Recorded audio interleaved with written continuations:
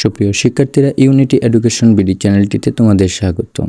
এই ভিডিওতে নবম শ্রেণীর স্বাস্থ্য সুরক্ষা বইয়ের পৃষ্ঠা নং 44 এর যৌন হয়রানি, নিপীড়ন, সহিংসতা ও অন্যান্য ঝুঁকিপূর্ণ আচরণ এবং এর প্রভাব এবং ফলাফল সম্পর্কে এই ছকটি পূরণ করব। তাহলে চলো আমরা এই ছকটি পূরণ করি।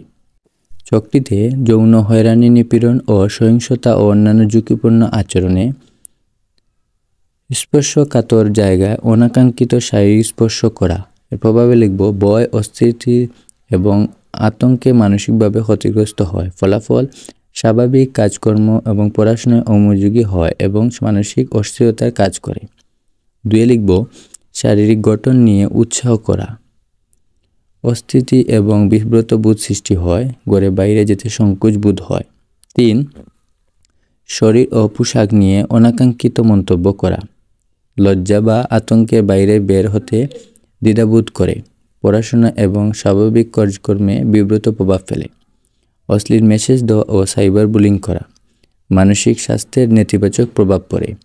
মানসিকভাবে ভেঙে পড়ে, স্কুল বিমুখ হয় এবং পড়াশোনায় ক্ষতিগ্রস্ত হয়। মিডিয়ার অতিরিক্ত ব্যবহার।